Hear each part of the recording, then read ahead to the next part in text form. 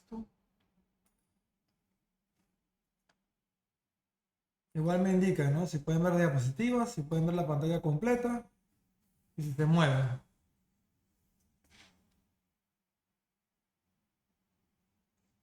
¿Sí? ¿Pueden ver que se mueven?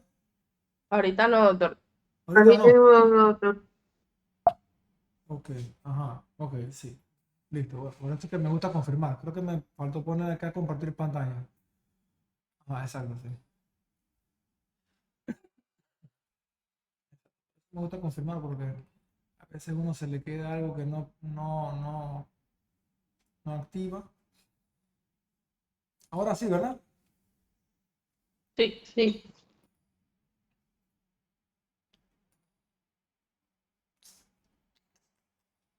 Ahora sí, ¿verdad? ¿Y se mueven? Sí, Ok, sí. perfecto.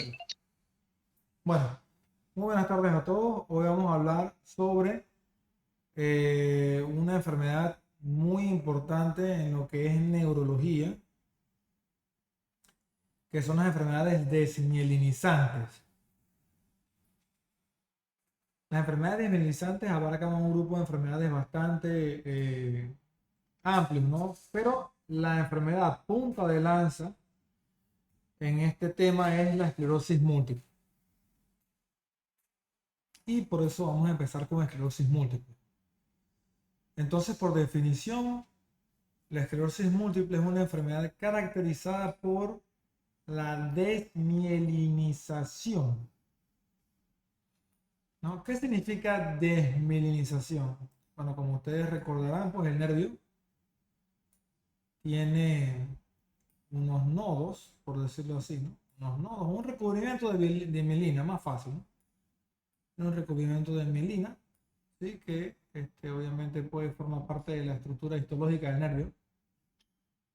Esta mielina va a favorecer la conducción nerviosa hasta cierto punto, porque bueno, también tenemos los nodos de Rambier que hacen que los impulsos eléctricos en vez de viajar de línea recta pues salten, ¿no? Y eso aumenta la velocidad de conducción.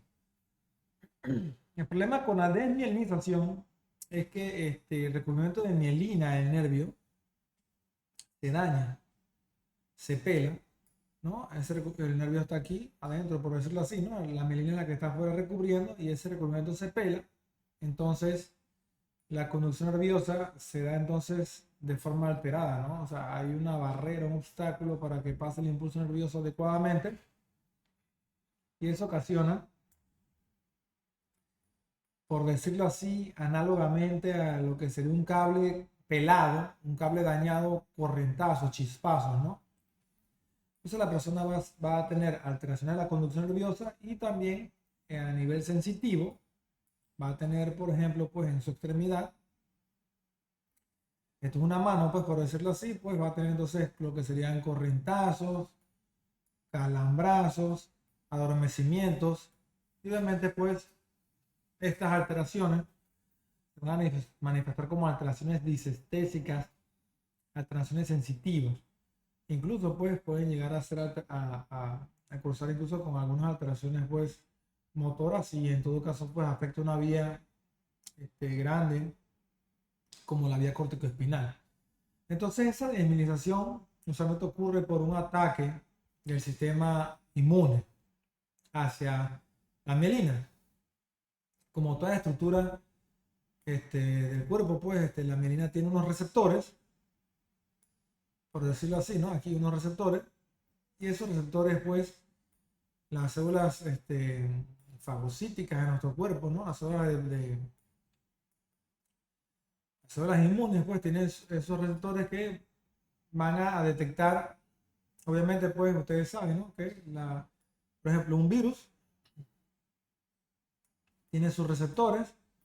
Sí, y la célula encuentra las células de ataque del cuerpo, ¿no? Las células de defensa del cuerpo agarran los linfocitos CD4, los linfocitos CD8, detectan esos receptores, esos virus, por decirlo así, ¿no? Una bacteria y los atacan, ¿no? Los eliminan. Pero ¿qué pasa? En este caso, pues, los receptores de la mielina se parecen mucho a los receptores de un virus. Entonces, las células del cuerpo detectan estos receptores de la mielina como cuerpos extraños. Entonces los atacan y los destruyen. Entonces comienza a haber daño en la mielina porque el sistema de defensa, las células fagocíticas, por decirlo así, pues vienen en ejército, ¿no? Y empiezan a atacar directamente, pues, a todo lo que es la mielina del nervio. Y comienza entonces a haber una desmielinización, como su nombre lo dice, ¿no? Entonces el paciente comienza a tener clínica, pues, secundaria a las áreas anatómicas que se van desmielinizando. Y lo importante de esto, pues, es que es un ataque autoinmune. En este caso, pues, respeta al sistema nervioso periférico. Eso es muy importante. Porque la esclerosis múltiple es una enfermedad del sistema nervioso central, ¿sí? Eso es muy importante, ¿no?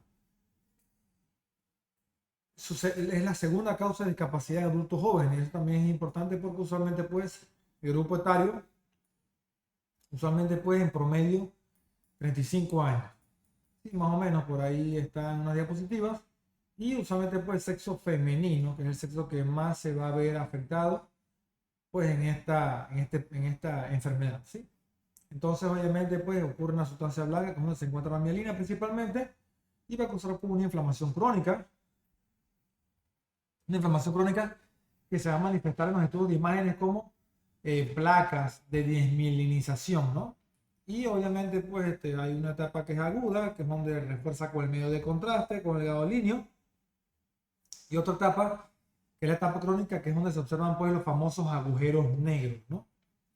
Entonces hay inflamación crónica, hay desmielinización y hay gliosis, porque obviamente, pues, estas áreas de desmielinización y de ataque del sistema inmune, pues, van dejando, pues, cicatrices a lo largo. Y eso es lo que se llama esclerosis. Eso es lo que es la definición de esclerosis, ¿sí?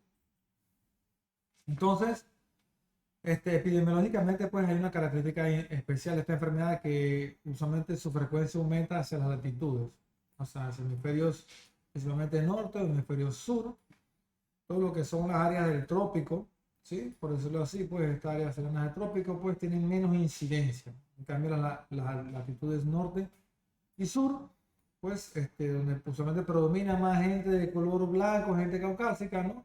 Entonces son las áreas donde se van a ver principalmente, pues, más afectadas con este tipo de enfermedades.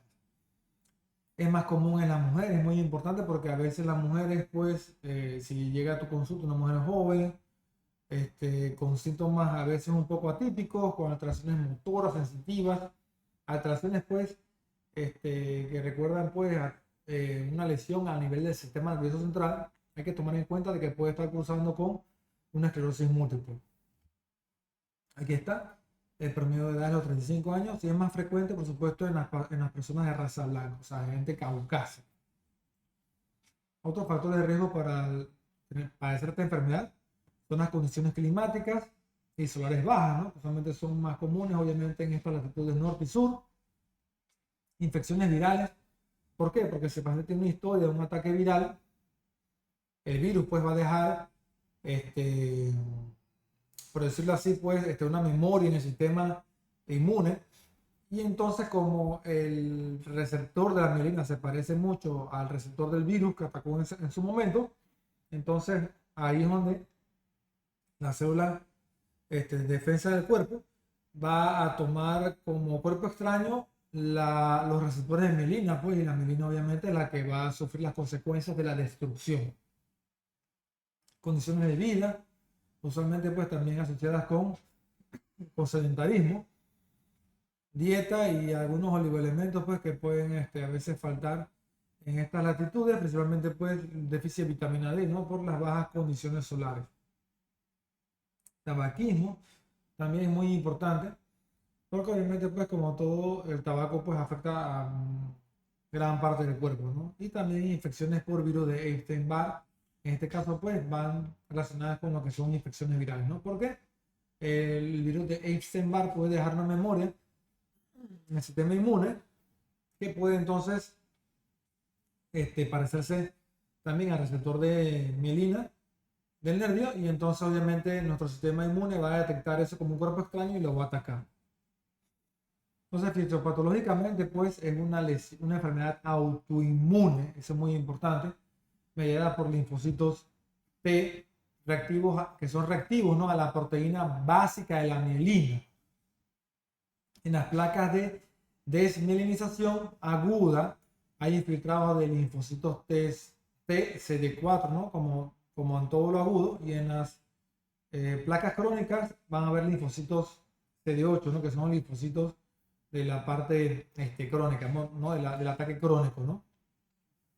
Y entonces van a aparecer bandas oligoclonales en el líquido cefalorraquídeo. ¿Qué son las bandas oligoclonales? ¿No? Una pregunta que se hace muchas veces los estudiantes de medicina. Las bandas oligoclonales no son más que los restos de las proteínas destruidas de la mielina que quedan flotando en el líquido cefalorraquídeo. O sea, muy sencillo. Imagínense como que el líquido cefalorraquídeo es transparente, ¿no? Y de repente, pues, usted tiene una lesión grande de alguna célula, pues, o de algo, pues, que se dañe en ese líquido, pues, la destrucción de esa estructura va a quedar flotando en el líquido cefalorraquídeo. Entonces, las bandas oligoclonales no son más que esos restos de proteínas que entonces mediante una técnica de inmunofluorescencia, inmunofluorescencia, perdón, ¿sí? Se detecta immunoassay y detecta pues esa presencia de esas proteínas en el líquido y da como resultado pues las bandas oligoclonales, que es el resultado del immunoassay array, ¿sí? Que son las pruebas estas de inmunofluorescencia de proteínas, ¿sí? Entonces un síndrome clínicamente aislado, puede haber, perdón, un síndrome clínicamente aislado, ¿no?, que se caracteriza por un episodio clínico con síntomas y hallazgos objetivos que reflejan un evento desmielinizante en el sistema nervioso central, o sea, un evento único. La forma es aguda o subaguda, hay ausencia de fiebre o infección y no tiene evidencia el paciente de episodios previos, incluso pues puede quedar como un solo evento. O muchas veces también reflejarse como un síndrome clínicamente aislado que después queda como historia en el tiempo, porque si ocurre en un segundo tiempo, pues ya puede ser muy subjetivo de que el paciente puede estar causando con un problema de una esclerosis múltiple. ¿Cuáles son las manifestaciones clínicas iniciales? Hay pérdida sensorial en las extremidades, 45% de los casos. Hay debilidad motora, aguda o subaguda, ¿no? Incluso el paciente puede tener un cuadro de lesión del tracto corticoespinal, con lesión de la motoneurona superior, con problemas de debilidad en una parte del cuerpo. Puede haber también disfunción del tronco, principalmente con lo que es la musculatura vulvar, ¿no? Cuando nos referimos a vulvar, nos referimos a aquellas estructuras, pues, que son manejadas por el tallo cerebral directamente, ¿no? O que sus núcleos radican en el tallo cerebral, como lo son los núcleos de los nervios craneales 9 y 10, que son los nervios craneales que van a controlar la musculatura orofaringia. Diplopia, por supuesto, pues la musculatura que tiene que ver con los músculos extraoculares, en este caso pues 3, 4 y 6. Y vértigo, ¿no? Bueno, en este caso pues con lo que es la parte no vestibular principalmente, ¿no? Que son los núcleos que se encuentran a nivel de los recesos laterales del cuarto ventrículo. También hay otra cosa importante, que el paciente puede causar con una oftalmoplegia internuclear, y usualmente cuando este problema es bilateral. Si es en un paciente joven, es patognomónico la esclerosis múltiple. Recordemos que el término patognomónico significa que es propio de una enfermedad, es como el sello de una enfermedad, es la marca de una enfermedad, ¿no? Ocurre siempre cuando en este caso es esclerosis múltiple. ¿Y qué es la oftalmoplegia internuclear? ¿No? Que a veces uno lo encuentra en el literatura como INO o como oftalmoplegia internuclear, hoy también lo pueden encontrar, ¿no? No es más que una alteración que hay en los movimientos extraoculares, ¿no? De la mirada conjugada principalmente. Vamos a hacer un dibujo de un ojo. Esto es un ojo. Esto es otro ojo acá. Entonces, vamos a dibujar lo que sería el mesencéfalo, ¿sí? El puente y el bulbo, el bulbo como tal, ¿no? Entonces, ¿qué pasa? En el encéfalo están los núcleos del tercer nervio craneal, derecho e izquierdo. Y a nivel del puente, ya en unión bulbo-pontina incluso, casi por acá abajo, están los núcleos del sexto nervio craneal, ¿no? Entonces hay una estructura que se llama el fascículo longitudinal medial, o mejor conocido como el FLM, ¿sí? Fascículo longitudinal medial. Este fascículo longitudinal medial se va a encargar de unir al núcleo del sexto con el núcleo del tercero contralateral. O sea, él cruza hacia el lado contrario por la línea media y va a conectar al sexto de este ojo derecho con el tercero del ojo izquierdo. ¿Para qué se conecta?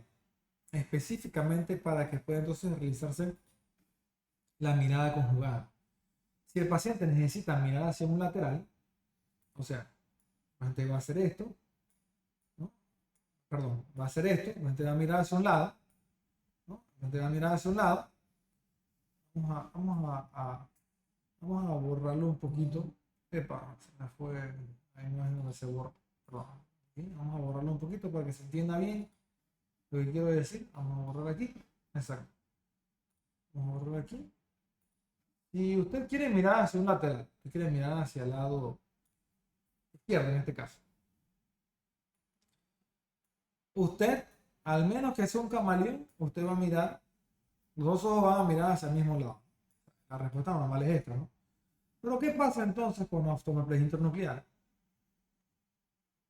El ojo de este lado no mira, no sigue la mirada conjugada, se va a quedar en el centro.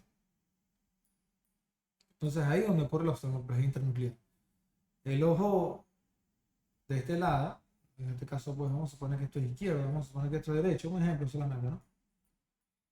El ojo va a mirar hacia, el ojo izquierdo sí va a mirar hacia el lado izquierdo, o sea, hacia el lateral, pero el ojo derecho, que tiene que seguir la mirada, no la sigue. Entonces el ojo, que sí se está moviendo, comienza a presentar una cosa que se llama nistagmus, un nistagmus con respuesta rápida hacia el ojo que no afectaba, ¿no?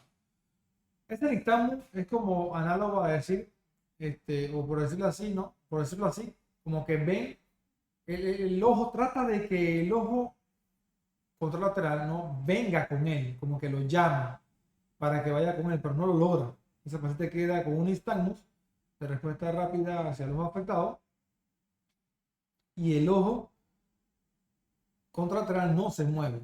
¿Por qué ocurre eso? Lo vamos a describir fácilmente. Ocurre porque entonces el fascículo longitudinal medial se encarga de conectar el sexto nervio craneal con el tercero, no funciona. O sea, hay un daño en este fascículo longitudinal medial. Por esa razón, el sexto sí funciona, pero el tercero no funciona. Cuando ustedes estudien este concepto, van a tener que revisarlo varias veces porque se pueden confundir. Pero aquí el secreto está en lo siguiente. Para que la mirada lateral se dé, hay alguien con el micrófono abierto. Para que la mirada lateral se dé, este es el concepto importante, para que ustedes comprendan esta patología. Para que la mirada lateral se dé, la persona debe de activar el sexto núcleo. O sea, el sexto núcleo se activa. Claro, eso es inconsciente, obviamente, ¿no? O sea, cuando usted mira hacia un lateral, el sexto núcleo de ese lado donde usted quiere mirar se activa. Obviamente, esa información primero viene de la corteza suplementaria, cerca de la corteza del área suplementaria visual, área Grossman 8 más o menos. Esa información baja hacia el tronco encefálico y activa entonces el sexto nervio craneal. El sexto al activarse va a hacer que el ojo de ese mismo lado se mueva hacia el lateral. Entonces, la información del sexto que ya se activó manda esa info hacia el tercero para que se dé la mirada como horizontal. Pero como entonces hay un problema en el fascículo longitudinal medial de ese lado, entonces por esa razón el tercero de ese lado no se mueve, ¿sí? Ese problema puede ser bilateral. Entonces también tenemos el mismo problema que si en el otro caso, ¿no? el septo del otro lado se activa. Aunque este ojo no se mueva, este ojo sí se puede mover hacia el lado contrario, porque su núcleo del septo no está dañado. O sea, la gente puede hacer esto. Puede mover el ojo. Él lo puede hacer. ¿Sí? Pero entonces el ojo contralateral, o sea, el núcleo del tercero de este ojo de acá no lo va a hacer.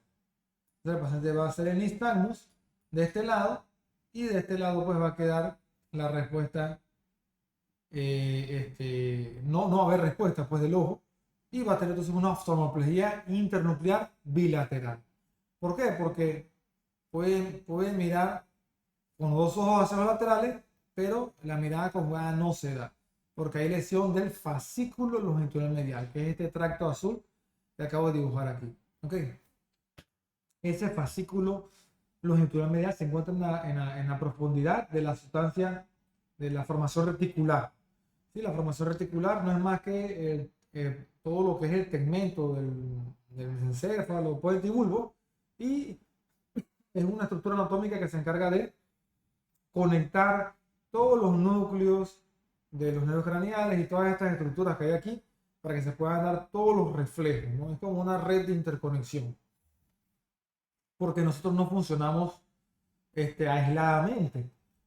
O sea, aunque el núcleo del 12 se encargue de los movimientos de la lengua, por ejemplo, hablar requiere no solamente movimientos de la lengua, sino requiere movimientos coordinados de la lengua, más movimientos coordinados de la musculatura orofaringea, más movimientos combinados de la laringe y de las cuerdas vocales, más movimientos coordinados de la mímica, de la expresión facial para poder decir las palabras, ¿no? Entonces son reflejos que se dan gracias a la formación reticular, ¿no? Las cosas no se dan aisladamente, sino que se dan en conjunto. Y todo eso lo hace la formación reticular. Por esa razón, en este caso, la mirada conjugada es gracias al fascículo longitudinal medial. También puede haber una pupila de Marcus-Gone. Una pupila de Marcus-Gone usualmente es una pupila donde hay una respuesta, un fallo, una respuesta aferente. O sea, usted ilumina el ojo con un foquito. El ojo en este caso pues no responde a la luz. Se queda, el ojo no responde a la luz. Creo que este color no se va a ver. Vamos a ponerlo con un color más clarito, más oscuro, perdón. No responde a la luz. La pupila no se contrae, pero la pupila contralateral sí va a responder al reflejo. No, perdón, disculpen, ni siquiera responde tampoco a la pupila contralateral porque hay un fallo en la respuesta aferente. O sea, ¿cuál es la vía aferente del reflejo fotomotor? El segundo nervio craneal, ¿no? Que es nervio óptico y una información hacia el mesencéfalo. Y entonces esa información llega a los núcleos de Edging-Westphal en el mesencéfalo y esa información se devuelve en forma de contracción pupilar. Pero como no hay respuesta o no hay vía aferente, o sea, esta es la que está dañada, entonces la información, perdón, no logra nunca llegar hacia los núcleos de Edging-Westphal para que se pueda dar entonces el reflejo consensual. ¿Ok? Hay también alteración de la marcha por afectación de las vías espinocerebelosas y los pedúnculos cerebelosos, y también puede haber retención urinaria. Manifestaciones clínicas del curso de la enfermedad. Usualmente la persona va a manifestar astenia, que ese es el principal síntoma clínico. Un síntoma clínico muy difuso, que no lleva a nada. Usualmente pues una persona que se queja continuamente pues de fatiga, debilidad, también dolor, pues que a veces no dice mucho. Signo Lermite, obviamente aquí buscando pues el signo Lermite, pues no es más que cuando se da una flexión del cuello. ¿Ok? Una flexión del cuello, usted agarra a la persona y le flexiona el cuello, le hace una flexión del cuello. Como la médula cervical tiene placas de esclerosis, lo que va a pasar es que va a pasar un corrientazo directamente hacia abajo, un corrientazo directamente hacia abajo, hacia lo que es la columna axial, ¿no? Por línea media. Y por ejemplo lo va a referir como un corrientazo que le baja del cuello hacia abajo, ¿no? Bastante incómodo. Entonces esto es el signo del Lermite. Obviamente hay que hacerlo al examen físico, ¿no? Haciendo la flexión del paciente del cuello. También hay otra patología donde se puede encontrar el signo del Lermite, no solamente en esclerosis múltiple. El signo del Lermite también se puede encontrar en la enfermedad degenerativa de la columna cervical cuando hay mucha estenosis canal cervical. Entonces, enfermedad degenerativa de la columna cervical y esclerosis múltiple son dos patologías que se pueden encontrar el signo del Lermite. También puede haber trastornos cognitivos, trastornos afectivos por lesión de la misma corteza cerebral, la sustancia blanca, pues, de las fibras blancas que unen estos lóbulos, epilepsia, por supuesto, por lesión, pues, también de lo que son las fibras blancas, las fibras cortas en U, que son fibras blancas. No puede haber síntomas paroxísticos como neuralgia del trigémino. En este caso, pues, el paciente puede tener una clínica de neuralgia del trigémino con todo, ¿no? Dolor en una hemicara o una distribución de V2 o V3, con dolor para sonreír, con dolor para tocarse la cara, con dolor extremo para los cambios de temperatura, con dolor cuando se cepilla los dientes o come o mastica o se ríe.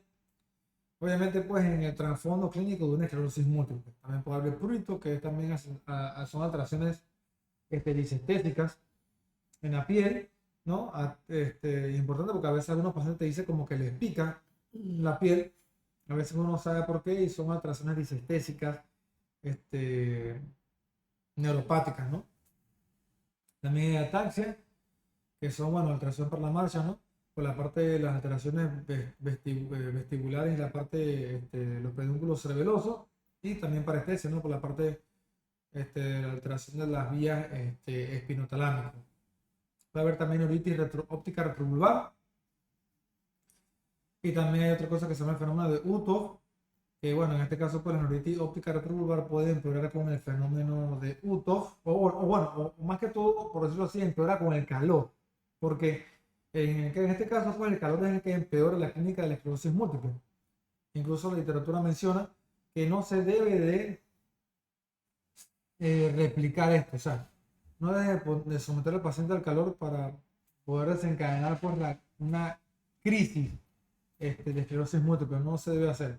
Pero ¿qué pasa? Si el paciente toma una ducha de agua tibia o en un sauna, por ejemplo, o hace ejercicio físico intenso, este calor le va a empeorar la clínica de la esclerosis múltiple, ¿no? Y también pues hay alteraciones esfinterianas, que obviamente pueden dar a sospechar todo esto en conjunto, pues, en un cuadro de esclerosis múltiple. Entonces, esta diapositiva tiene lo que ya expliqué acá atrás previamente, no es esto mismo que acabo de dibujar aquí, es esto mismo acá, el encéfalo, puente, bulbo. Acá tenemos pues lo que sería el núcleo del tercero, acá tenemos el núcleo del sexto, acá tenemos los ojos con sus músculos extraculares, acá tenemos pues que el núcleo del sexto se activa y este ojo se debería mover hacia un lateral, pero como el fascículo longitudinal medial está afectado, entonces esa información no va a llegar al núcleo del tercero y por ende no se va a poder dar la mirada conjugada horizontal, que ahí lo que tendría que pasar es que el músculo recto medial tiene que responder para seguir al ojo en el movimiento de la mirada horizontal, ¿no? En conjunto con el otro músculo contralateral, que es el músculo recto lateral, ¿sí? Entonces, pues en este caso, pues hay una lesión unilateral, pero puede ser una lesión bilateral. Acá tenemos la pupila de Marcus-Gone, y como se les expliqué, ¿no? Es una pupila que no reacciona porque tiene una lesión en el reflejo aferente, ¿no? O sea, no llega la información nunca la información viaja, la lesión está en el nervio o en la retina. Entonces la información nunca viaja hacia el encéfalo para poder tener una respuesta pupilar, ¿no? Como corresponde, ¿no? O sea, ni directa ni consensual, porque simplemente es como si fuera un ojo ciego, ¿sí? Y también importante, pues, para continuar, la enfermedad tiene unos patrones, ¿no? Estos patrones son, el más común es la esclerosis múltiple, remitente recurrente, y también podemos tener un patrón más agresivo, más maligno, que sería la esclerosis múltiple progresiva primaria. Vamos a ver unas gráficas que explican un poquito mejor este fenómeno. La recurrente remitente, que es la más común, ¿sí? Que es la más común, común, cursa con episodios en donde el paciente está sano, luego el paciente tiene una crisis, ¿no? Llega y se mantiene entonces enfermo por un tiempo, ¿no? Y luego entonces comienza a mejorar, ¿sí? Y mejora incluso rápidamente. porque en el tiempo, pues prácticamente que la mejoría es inmediata, ¿no? Y el paciente después se mantiene sano. Y así, entonces el paciente puede tener otra crisis. Incluso, por ejemplo, una de estas crisis puede ser la crisis aislada, o el síndrome clínicamente aislado que expliqué primero, ¿no? Entonces, el paciente si tiene otra crisis, ¿no? Empeora, o sea, se enferma, se mantiene enfermo y después mejora, y después sana, ¿no? Por eso que esta enfermedad a veces es muy difícil de diagnosticar, porque el problema está en que el paciente se cura. Y entonces si se cura, obviamente el paciente no busca más atención médica, ¿no? Entonces el paciente se pierde la atención médica y entonces a veces es difícil en el tiempo hacer el diagnóstico diferencial de esclerosis múltiple. Por esa razón, hay unos criterios que son los criterios de McDonald's que toman la recurrencia en el tiempo como uno de los criterios, ¿no? Toma el tiempo como un valor importante, ¿no? ¿Cuántas veces has tenido el episodio y en cuánto tiempo, ¿no? Explico. También puede haber algunos remitentes recurrentes, ¿no? Que el paciente puede estar sano, puede tener una crisis, se mantiene así enfermo y después se mejora, pero puede no mejorar hasta su estado basal. O sea, puede ser que se mejore, sintiéndose bastante bien, pero no está completamente sano, ¿no? Y después tiene otra crisis. La primaria progresiva, la característica que lo vuelve maligna es que el paciente está sano y comienza a enfermarse. A enfermarse hasta el punto de que nunca llega a mejorar. Obviamente eso va a causar que al final esté muy grave e incluso pues su vida esté en peligro con la muerte. La secundariamente progresiva es que el paciente tiene unos episodios muy similares a los recurrentes remitentes. Al inicio no está sano, se enferma, se mantiene enfermo, se sana, tiene dos episodios y de repente comienza a evolucionar como una primaria progresiva, ¿no? Pero es secundariamente progresiva porque inicialmente comenzó como una remitente recurrente. Hay una progresiva recurrente porque el paciente puede estar enfermo y evoluciona como una primariamente progresiva, ¿no? Pero va teniendo crisis en el tiempo que no van a hacer que sane, ¿no? Entonces, ¿cuáles son los factores de peor pronóstico? Los factores son la edad, principalmente, ¿no? Pacientes ya mayores de 40 años, que sea hombre es un factor de mal pronóstico porque esto es una enfermedad de mujeres. Curso progresivo primario, obviamente, pues, como expliqué, ¿no? Que sería el progresivo primario. Signos motores y cerebelosos en el debut, porque obviamente dejan secuelas y son más incapacitantes, ¿sí? O sea, que hayan problemas motores desde el inicio es más incapacitante que problemas sensitivos. Que haya escasa recuperación después de un brote, o sea, porque lo ideal es que el paciente se recupere, pero si no se recupera, entonces obviamente no le da chance de que mejore, valga la redundancia, y se sigue empeorando en el tiempo. El intervalo de los brotes son muy cortos, ¿no? Que tenga brotes a repetición y no tenga mucho tiempo de estar sano, ¿no? Y venga nuevamente y empeore y así, ¿no? Y empeore y no le da chance. O sea, se recupera, pero se mantiene muy enfermo porque obviamente los periodos de recuperación son muy escasos, ¿no? Duran muy poco en el tiempo, ¿no? Y que la resonancia magnética, obviamente como estudio siempre de elección en estos pacientes, pues tenga múltiples lesiones. Porque ¿qué esperamos encontrar? Esperamos encontrar placas de desmielinización con lesiones agudas que refuerzan con el contraste o lesiones crónicas que son los agujeros negros. Entonces, ¿cómo se hace el diagnóstico de una esclerosis múltiple? Obviamente, pues se hace con la clínica, con un estudio de resonancia magnética que tenga, ya sea en las fases agudas, vuelvo y repito, refuerzo con el medio de contraste, o en la fase crónica tenga agujeros negros. Y obviamente una punción lumbar, porque creo que queremos buscar la punción lumbar, queremos buscar las bandas oligoclonales, que son los restos de proteína de la mielina, pues dispersos y regados en el líquido cefalorraquídeo. Entonces, ¿cuáles son las características de la resonancia magnética para hacer el diagnóstico? Número uno, el T1 puede ser hipointenso o no. El T2 puede ser hiperintenso. El FLAIR es hiperintenso porque, bueno, indica edema. El gabalino tiene refuerzo de las lesiones agudas en el anillo incompleto. Y esto es un aspecto importante porque las lesiones de la esclerosis múltiple, esto es una tomografía, ¿no?, del cerebro. Opa, se me fue demasiado mal. Vamos a arreglar eso. aquí vamos a mejor utilizar, bueno, vamos a dibujarlo, de nuevo. Tienes una tomografía del cerebro, ¿no? Tienes la imagen de tomografía, esta línea media, ¿no? Por decirlo así. Son tus ventrículos, ¿no? Y entonces tienes acá lesiones así, de este tipo. Lesiones, vamos a poner en otro color para que se pueda entender. Lesiones que refuerzan con el anillo, pero son de cierre incompleto. Así, ¿no? Cierre incompleto. Entonces, esto es muy importante, que no cierren completamente indica pues desmielinización. ¿Y por qué esto es importante? Porque hay otras lesiones que que refuerzan así, completamente. ¿Qué lesiones refuerzan completamente el anillo? Primero que todo, los gliomas, ¿no? Gliomas de alto grado, ¿no? Importante, son tumores cerebrales, ¿no? Gliomas. Oye, pero acabo de salir haciendo operaciones para un glioma. Un glioma, ¿no? Son súper comunes. Un glioma. Aquí entonces, acá, también tenemos las metástasis, ¿no? Y casualmente hablando de metástasis, acabo de hospitalizar a un paciente con una metástasis. Refuerza el anillo completo. Y también los abscesos, ¿no? Hace como 3 días se operó un absceso en la sala. ¿Sí? O sea, abscesos son cosas muy comunes, ¿no? Son lesiones que refuerzan el anillo completo.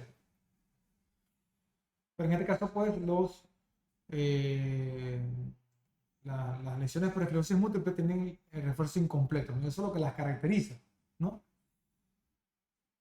Y las lesiones crónicas no refuerzan. Ya en este caso, pues, no marcan así anillos, sino que se ven como black holes, o sea, como agujeros negros. Vamos a dibujarlo en negro, ¿no? Se ven como huecos negros, ¿no? Por decirlo así. Se ven como huecos negros en el estudio de resonancia magnética principalmente, ¿no? De resonancia magnética, ¿no? Que indican pues que esas áreas se desmielinizaron y ya no hay nada allí. Esas lesiones pueden ser, vamos a dibujar otro CAD acá porque eso es muy importante. Solamente son lesiones de línea media, ¿no? Pueden ser periventriculares, o sea, alrededor de los ventrículos. Pueden ser periventriculares, ¿no? Pueden ser en el cuerpo calloso, o sea, acá todo lo que es línea media, ¿no? Cuerpo calloso. En las fibras U subcorticales cortas, ¿no? Recuerden que las fibras U cortas conectan giro con giro. En los pedúnculos cerebelosos, obviamente, pues, a nivel de lo que es el tallo cerebral, obviamente, pues, a lo que sería, pues, por decirlo así, pues, el pedúnculo cerebeloso más grande es el del puente, es el brachius pontis, o el pedúnculo cerebroso medio.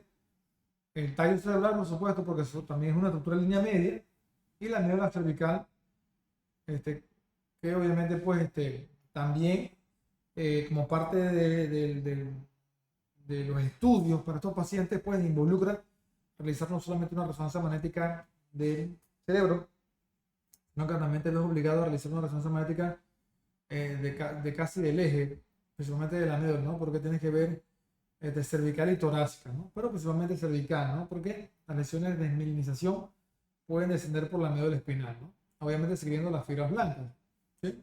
Los tractos. Por ejemplo, aquí en este caso, pues ya tenemos una resonancia magnética y tenemos lesiones, pues, a lo que es en el del cuerpo calloso, ¿no? Como ustedes saben bien, este cuerpo calloso, lesiones, pues, que están periventriculares, una sustancia blanca semioval, hacia la convexidad. Esto es el pedúnculo cerebeloso, esto es puente, esto es pedúnculo cerebeloso medio, esto es cerebelo. Aquí tenemos una lesión de desmielinización, acá tenemos otras lesiones que son periventriculares, ¿no?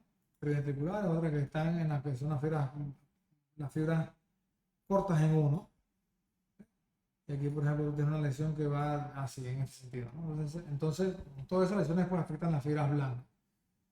Y aquí tenemos pues también la médula espinal, pues una lesión que son placas, ¿no? Que incluyen a veces más de 1 o 2 niveles cervicales, ¿no?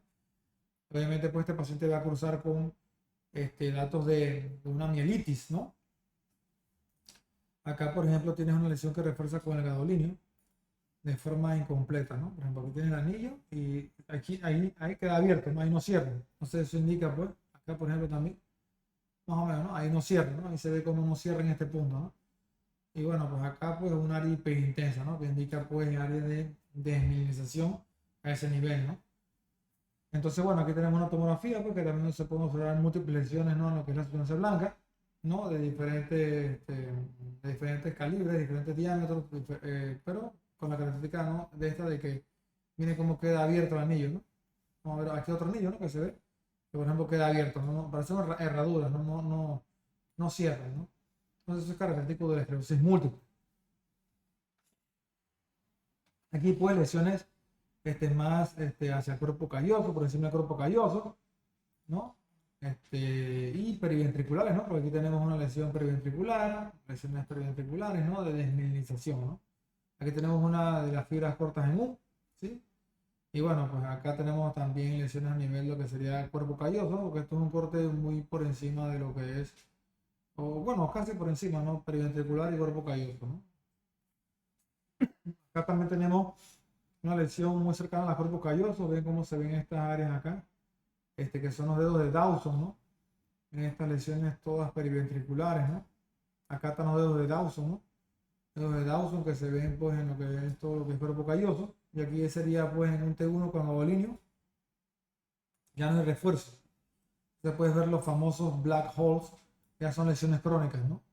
Lesiones que son como agujeros negros, no son oscuritas, no se ve nada. Por ejemplo, en este caso pues así, ¿no? Esto es un T1 con abolíneo, no se ve nada, ¿no?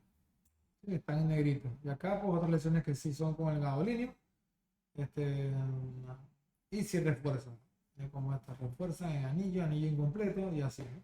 Están todas diseminadas por lo que es la sustancia blanca, ¿no? Entonces aquí tenemos los criterios de McDonald que toma lo que es la diseminación en espacio y diseminación en tiempo, ¿no? Lo del espacio tiene que ver con lo que es las áreas donde se encuentran lesiones a nivel de la resonancia magnética, por ejemplo aquí así, ¿no? Que están periventriculares, justacorticales, en las fibras cortas en U, en el tallo cerebral, en la médula cervical, ¿no? Y en tiempo, en cuánto tiempo el paciente está teniendo la clínica, ¿no? Si la tuvo hace 6 meses, hace 2 meses, hace 3 meses, tuvo una crisis, ¿no? Repetida. Entonces, obviamente, se toma esto para que el neurólogo pueda definir al final, ¿no? Si impresiona, ¿no? Que tenga criterios para el diagnóstico hacer el diagnóstico pues, de esclerosis múltiple, ¿no? No sé cuáles son los criterios por las formas más agresivas de esclerosis múltiple por resonancia magnética, que hay una abundante carga de lesión en T2, obviamente, pues mientras más lesión de la sustancia blanca hay, peor. Más de 2 lesiones que realcen con gadolinio, por supuesto. Presencia de lesiones intensas en el T1, que son los agujeros negros. Hay atrofia cerebral, porque eso indica que también, pues, hay mucha afectación de las fibras blancas, más que todo hacia lo que es el lóbulo frontal, quizás. La parte cognitiva es muy importante, porque la gente se va teniendo muchos cambios clínicos en este aspecto, ¿no? Lesiones infratemporales también, porque si hay afección del tallo es importante, lesión de los pedúnculos cerebrosos es importante, obviamente pues son discapacitantes, más no del tallo.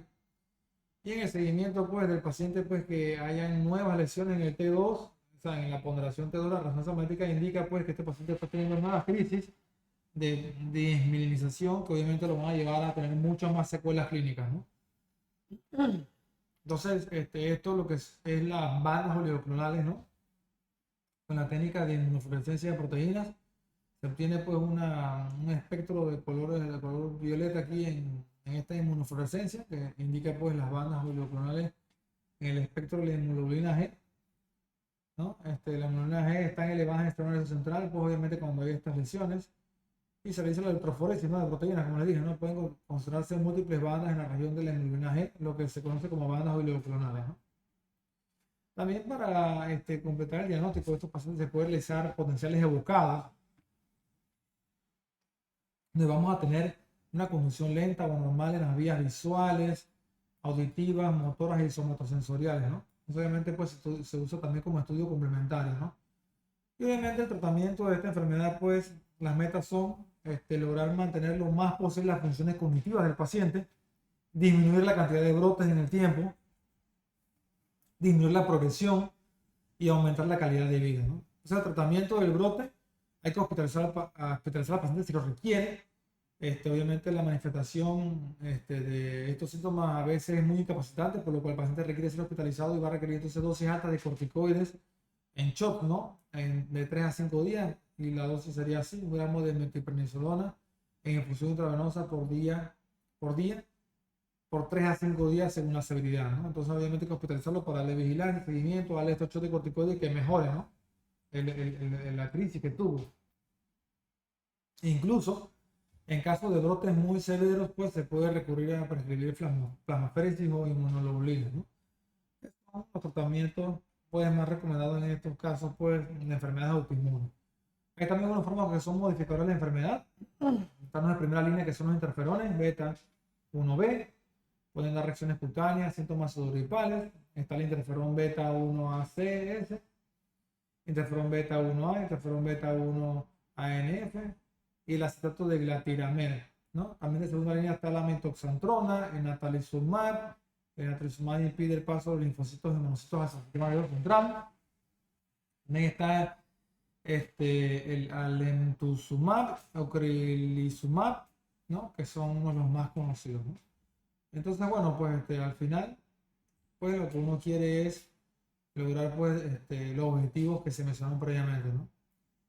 Hay también un tratamiento sintomático, por supuesto, una esclerosis múltiple secundariamente progresiva sin brotes o primaria progresiva, un tratamiento modificador de la enfermedad. Eso es muy importante, ¿no? O sea, en todo lo que son progresivos no hay tratamiento modificador, ¿no? Se trata solamente porque el paciente nunca llega a mejorarse. Entonces solamente se trata los síntomas. Se trata solamente la espasticidad con bacolfeno, con relajante muscular y tisanidina. Los dolores neuropáticos se tratan con carbamazepina, ¿no? Fenitoína, otros neuromoduladores como son la gabapentina, la pregabalina, también la mitriptilina. También los síntomas parasíticos se pueden tratar con carbamazepina. La retención urinaria se puede tratar con betanecol en hiporreflexia y anticolinérgicos en hiperreflexia. La disfunción sexual se puede tratar con papaverina, las alteraciones intestinales con laxantes y enemas, la fatiga vespertina con amantadina, que es un antiviral, las alteraciones de la marcha con fanpridina, la habilidad emocional con fluoxetina, ¿no? Que ustedes la conocen, y el temblor no hay tratamiento en este caso, ¿sí? Entonces, ¿qué es la neurorehabilitación?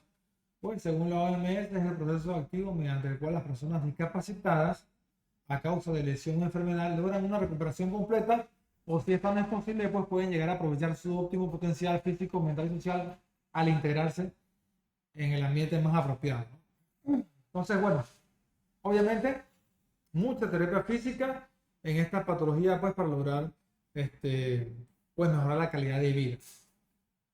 Y bueno, ya casi para terminar, pues hay otras enfermedades desmielinizantes del sistema nervioso central. Por supuesto, pues en este caso pues tenemos la enfermedad de Vick, que es la neuromielitis óptica, ¿no? Más común en las mujeres, 10-1, imagínense.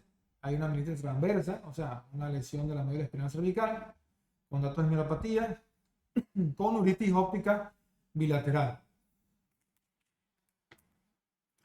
La resonancia magnética puede mostrar hiperintensidad medular, ¿no? Como en este caso, ¿no? Aquí hipertensión en la médula espinal en el T2. Y la resonancia magnética cerebral puede evidenciarse pues lesiones en placas en las vías ópticas, ¿no? Por ejemplo, aquí tenemos unos quiasmas ópticos que son estos que están acá.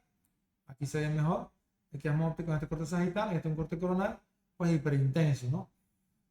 Y vamos a tener también anticuerpos positivos para acoporina 4, que eso también es importante, porque estos anticuerpos positivos pues van a indicar pues que se trata de, muy probablemente, de una enfermedad de Vick, una neuromielitis óptica.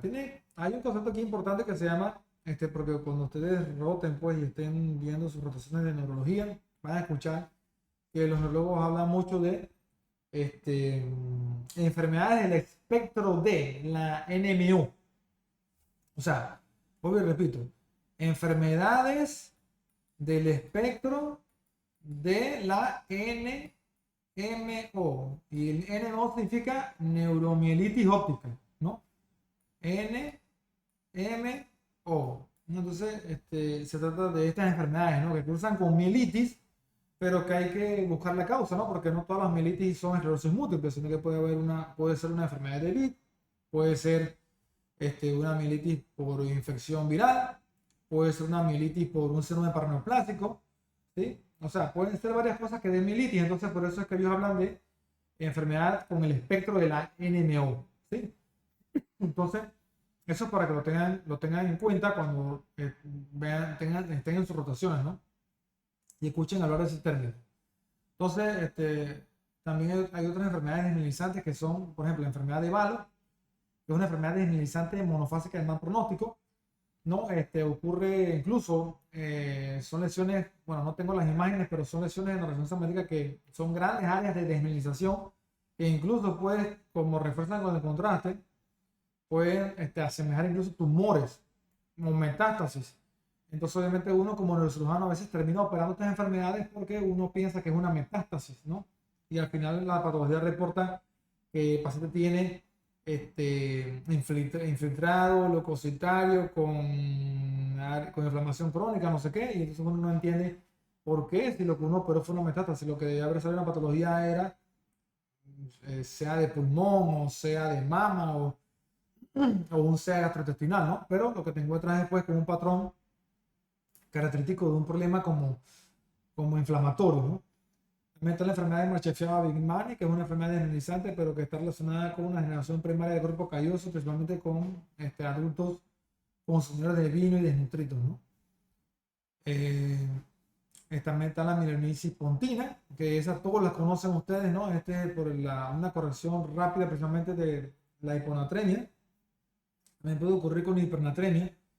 Cualquier alteración rápida del electrolito de sodio, precisamente más de 10.000 equivalentes en 24 horas, puede ocasionar esto, ¿no? Parálisis pseudovulvar, ¿no? Que ocasiona obviamente alteración de la musculatura deglutoria, faringia, movimientos de la lengua, movimientos faciales, ¿no?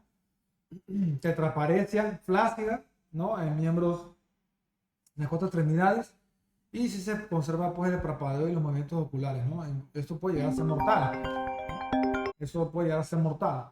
Entonces, obviamente, pues una corrección abrupta de los electrolitos pues, puede llevar, por supuesto, pues, a la muerte del paciente, ¿no? También tenemos la encefalomielitis aguda desmielinizante, que es una que a veces se describe como, ahorita se me fue el nombre, pero usualmente tiene antecedentes de vacunación, viruela y rabia. Bueno, pero es así, ¿no? Encefalomielitis aguda desmielinizante, creo que se abrevia como encefalomielitis, así MAD. No, esto no recuerdo muy bien, pero tiene una abreviatura donde pues usualmente pues hay unas grandes lesiones también en la resonancia magnética, bueno, por desmielinización, y usualmente pues tiene un antecedente de una vacunación, ¿no? Ocurre mucho por el tiempo de vacunas también, ¿no? Y también tenemos por último ya la encefalomielitis necrotizante aguda hemorrágica, que son lesiones desmielinizantes hiperagudas perivenosas hemorrágicas diseminadas, y la muerte ocurre rápidamente en 2 a 4 días, ¿no?